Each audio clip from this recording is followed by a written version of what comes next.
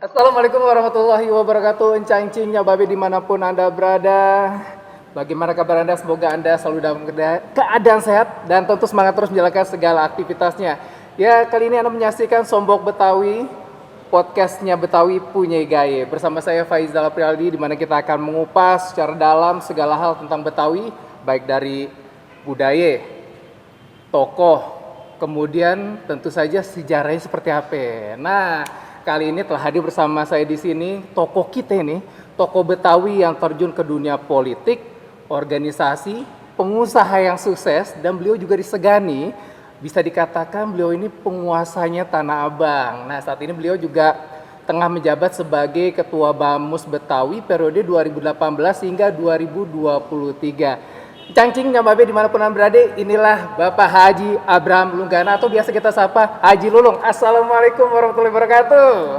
Waalaikumsalam Bang Iza. Alhamdulillah ya, semua sehat hari ini. Alhamdulillah. Ya. Saya pelebar burung pelung. Apa kabarnya nih Pak Haji Lulung? Alhamdulillah kabarnya. Boleh dong pantun-pantun kita di podcast kabarnya Betawi kabar nih. sehat. Senang ngelihat Abang Iza sehat, senang ngelihat saudara-saudara di rumah juga pada sehat. Amin, amin. Ngajak Soi mau beli kayu, alhamdulillah kalau gitu.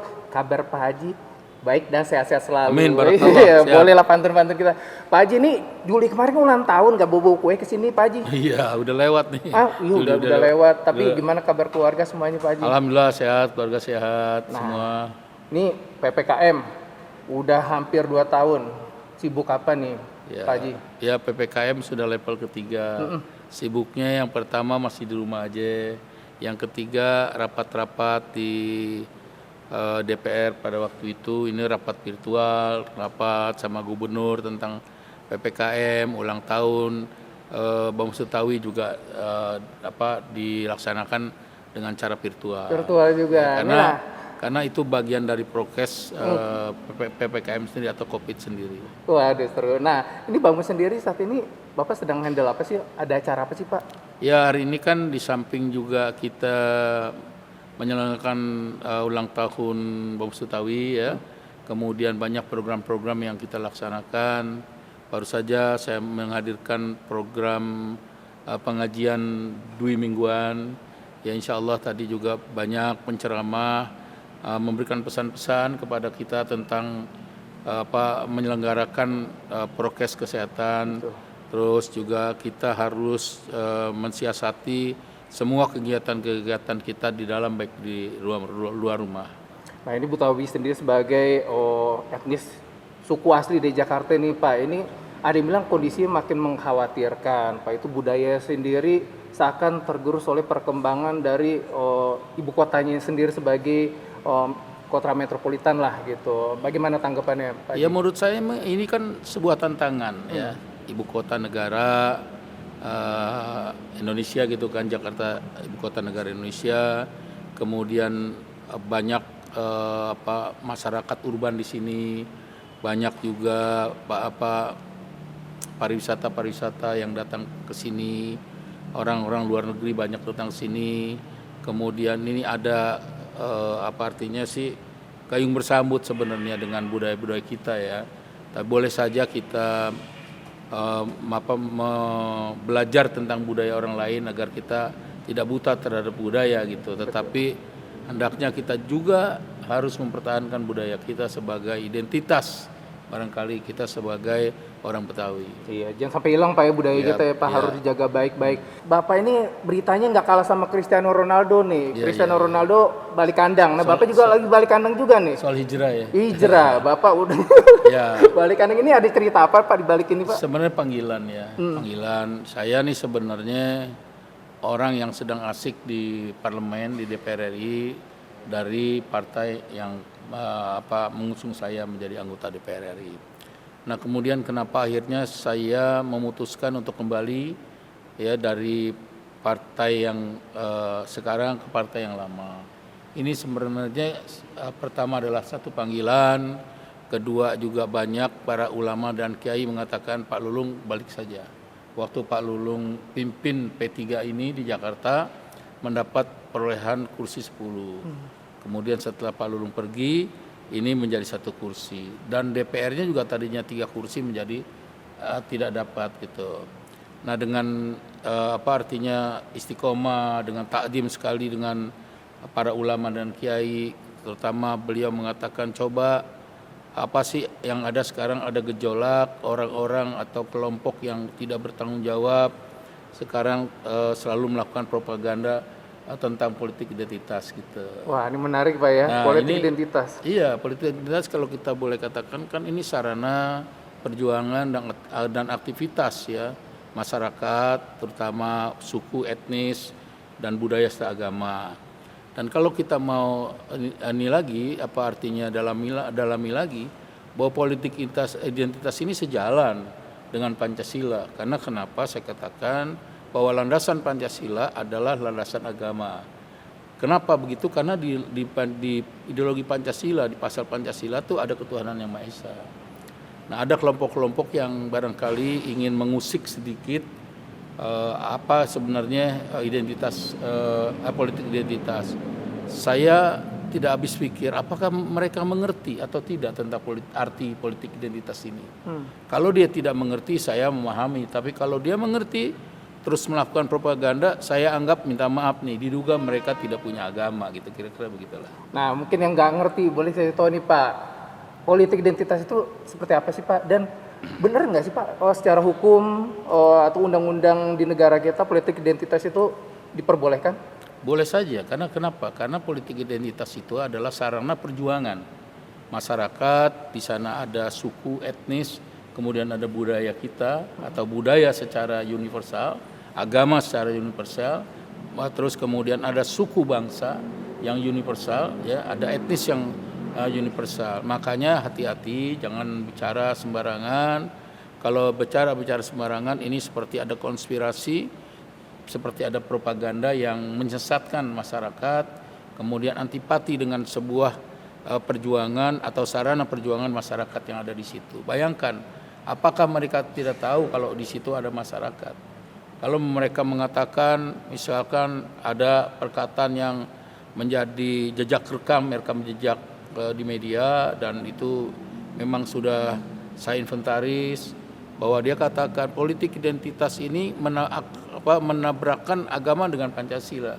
Padahal dia salah kan, bahwa landasan Pancasila adalah agama gitu. Sila pertama aja. Iya.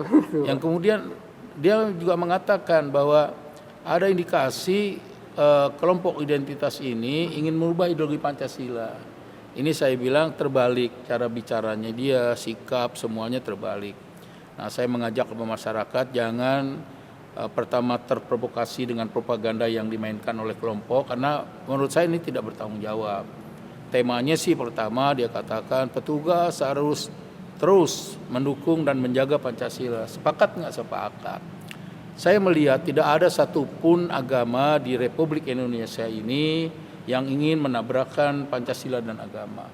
Tidak ada satupun di negara kita ini, baik itu masyarakat sendiri, suku dan etnis, lebih-lebih dia menggunakan budaya gitu kan, karena nanti kalau saya nanti akan sambungan budaya, kenapa? Nah, terus tidak ada orang yang menabrakkan agama atau menggantikan ideologi Pancasila menjadi ideologi lain. Hanya satu, kalau separatisme mungkin ada, ya separatisme juga ada di sana suku, atau ada di sana orang-orang yang tidak bertanggung jawab, yang juga tidak sejalan dengan ideologi Pancasila. Makanya mereka jadi separatisme gitu. Di mana saja ada, saya nggak perlu sebutin. Ada mereka ingin merdeka ya di satu daerahnya. Saya tidak ingin sebutkan, masyarakat sudah tahu bagaimana invasi kita, tentara kita sebagai ketahanan nasional juga dikirim untuk mengamankan suatu daerah yang bergejolak tentang separatis tadi. Nah, kita sendiri kan sebagai warga Indonesia, kita udah bersuku-suku, beragam suku, kita punya beragam agama. Membanggakan agama sendiri, membanggakan suku sendiri terasa salah gitu Pak. Ingin membanggakan nanti dibilang liberal, Pama. Kita membanggakan agama kita dibilang liberal, atau istilah-istilah yang lagi populer saat ini. Iya, justru tantangan ini harus kita jawab. Kenapa? Kita harus memberikan edukasi, kita harus memberikan pendidikan kepada regenerasi muda. Bagaimana mungkin kita tidak memberikan secara sungguh-sungguh kepada rakyat kita, artinya kepada masyarakat kita. Yang pertama adalah bahwa setiap warga negara berhak memeluk agama sesuai dengan keyakinan dan kepercayaan masing-masing. Betul. Nah, kemudian kita juga bisa memelihara kerukunan umat beragama. Mbak Musutawi paling depan tentunya. Dalam apa? Dalam rangka menjaga persatuan dan kesatuan. Coba di sana di dalamnya ada apa? Makanya saya bilang ini adalah bagian identitas, politik identitas. Bahwa Mbak Musutawi mengatakan memelihara kerukunan umat beragama adalah cermin kebangsaan yang menghormati ya, dan menghargai kebenekaan bangsa Indonesia. Selesai itu. Iya, bagaimana sekarang orang tidak tahu ya bahwa saya sih ini kelompok-kelompok derek ya. Ada orang yang sekarang kelompok yang mencoba-coba dianggapnya rakyat kita bodoh ya, ingin melaksanakan mengamandemen Undang-Undang Dasar 45 yang kelima kali. Terus bagaimana sih pengertian atau kesadaran mereka para tokoh yang sampai hari ini ya, kita pernah terjadi tahun 1998 terjadi reformasi. Dan di sana banyak persoalan sebenarnya. Sampai yang pertama adalah memberhentikan presiden, kemudian mengeluarkan TNI dan Polri dari parlemen. Yang ketiga membuat partai politik menjadi banyak dari 3 gitu. Kemudian terakhir adalah mengamandemen Undang-Undang Dasar 45 sampai 4 kali. Yang mengamandemen Undang-Undang Dasar 45 sampai 4 kali ini apakah sudah disosialisasikan dengan rakyat Indonesia dan rakyat Indonesia itu menjadi tahu? Jawabannya tidak. Kenapa? Kita memang punya anggaran yang begitu besar. Ya, sampai hampir 2.500. Banyak ya anggaran-anggaran belanja-belanja yang sekarang kita lihat ya, apalagi zaman Covid. Sebelum zaman Covid harusnya negara pastikan membuat satu program mensosialisasikan Undang-Undang Dasar 45 yang 4 kali. Tidak cukup dengan 4 pilar. Saya kan di DPR. Tidak cukup. Yang cukup adalah bagaimana anggaran ini didistribusikan kepada tingkat RW dan RT untuk membuat program yang namanya mensosialisasikan, yaitu perubahan Undang-Undang Dasar sampai 4 kali. Nah, memang kita tahu bahwa RT RW adalah bukan pengguna anggaran, tapi lurahnya pengguna anggaran. Lurah bisa membuat program itu, lurah bisa mendistribusikan anggaran belanjanya lewat RT dan RW. Saya pikir pemerintah pusat, pemerintah daerah ini harus serta-merta bersama-sama gitu agar tidaklah ada lagi tidaklah ada lagi tadi yang saya katakan pemahaman kita tentang kepercayaan.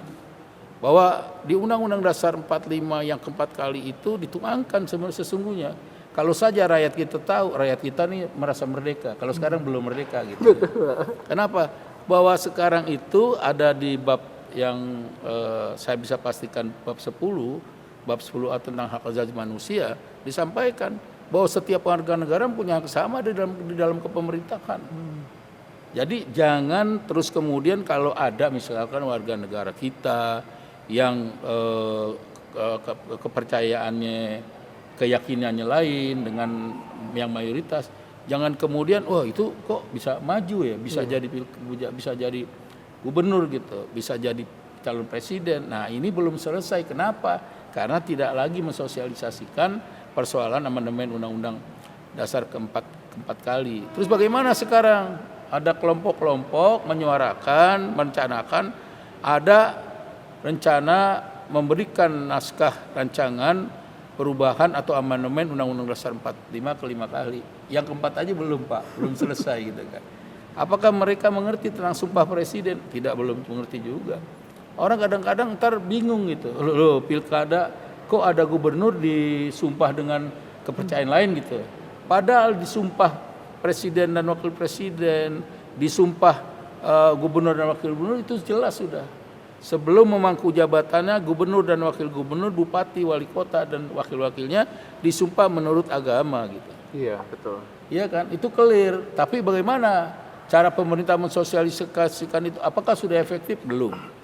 Padahal itu sedikit itu anggarannya. Sangat bahaya sekali Pak ya untuk membawa politik identitas ini. Kalau Bapak ingat-ingat lagi, ini awal mulai kapan sih Pak politik identitas ini? Ini kan lagi mulai orang menyuarakan itu. Makanya saya bilang sekarang orang tidak waspada. Sayalah lebih dulu saya bilang, jangan coba-coba melakukan propaganda atau Anda tidak mengerti dengan politik identitas. Makanya politik identitas itu adalah sarana perjuangan masyarakat, suku bangsa, etnis, budaya, dan agama. Perjuangan apa? Kalau agamanya misalkan diganggu, mereka berjuang di situ. Lewat apa? Lewat hukum. Karena saya bilang bahwa politik identitas itu pada hakikinya adalah landasan perjuangan masyarakat dengan Pancasila. Bukan politik identitas akan merubah Pancasila, akan menabrakkan Pancasila dengan agama, bukan juga akan merubah ya ideologi Pancasila itu. Nah, ini orang-orang gini mestinya menjadi perhatian bangsa, rakyat, karena ini melakukan propaganda. Terus kemudian saya katakan ini diskriminasi kepada suku, etnis, masyarakat, termasuk budaya dan agama yang paling penting. Ya, terkait yang hal ini banyak sekali gempur-gempuran yang dilakukan nih Pak, baik dari sosial media, itu yang paling mengerikan, buzzer yang ada. Ya, ini makanya dia harus punya komitmen. Ya. Kalau kita sekarang NKRI, kalau NKRI cuma lipstick mau apa? Ayolah sekarang punya komitmen bahwa kita adalah anak bangsa, ayo bersatu. Jangan nyebut ada kalau dulu kan ada apa sih, bukan buzzer lagi tuh dulu apa ada cebong sama apa gitu kan. Itu cebong udah hilang kan, nama apa sih? Ramai nih Pak. Ya saya nggak pernah ikut-ikutan. Nah, sekarang ada buzzer gitu. Sudahlah, mentang-mentang kalian punya fasilitas yang cukup, yang kuat. Sudahlah, apapun persoalannya rakyat ini lebih kuat gitu. Karena ideologi ketahanan nasional, ketahanan bangsa ini ya punya milik rakyat gitu. Nah, mungkin ada yang ingin Pak Lulung sampaikan untuk generasi-generasi muda yang saat ini tengah menyaksikan nih Pak Haji. Ya, Silakan. ya kalau saya melihat anak-anak muda ini sekarang harus flashback ke jati dirinya bahwa anak muda ini adalah generasi yang akan datang, kemudian dia harus memiliki jati dirinya sendiri, jangan terprovokasi dengan hoax itu. Saya yakin dengan adanya politisasi propaganda tentang politik identitas ini, saya yakin kalau dia benar-benar tahu tentang ini, isi dari politik identitas itu, wah dia akan marah Pak. Akan marah 1000%. Siapa yang melakukan ini? Saya punya Pak rekam jejaknya, siapa saja yang bicara itu. Hari ini saya mulain, saya mengajak seluruh bangsa, seluruh komponen, seluruh masyarakat, etnis, suku, ya, yang budaya dan agama mengajak. Hal-hal yang seperti ini jangan dibiarkan. Ini akan memecah belah bangsa kita. Wah, seru dan menarik sekali perbincangan kita kali ini bersama Bapak Haji Lulung.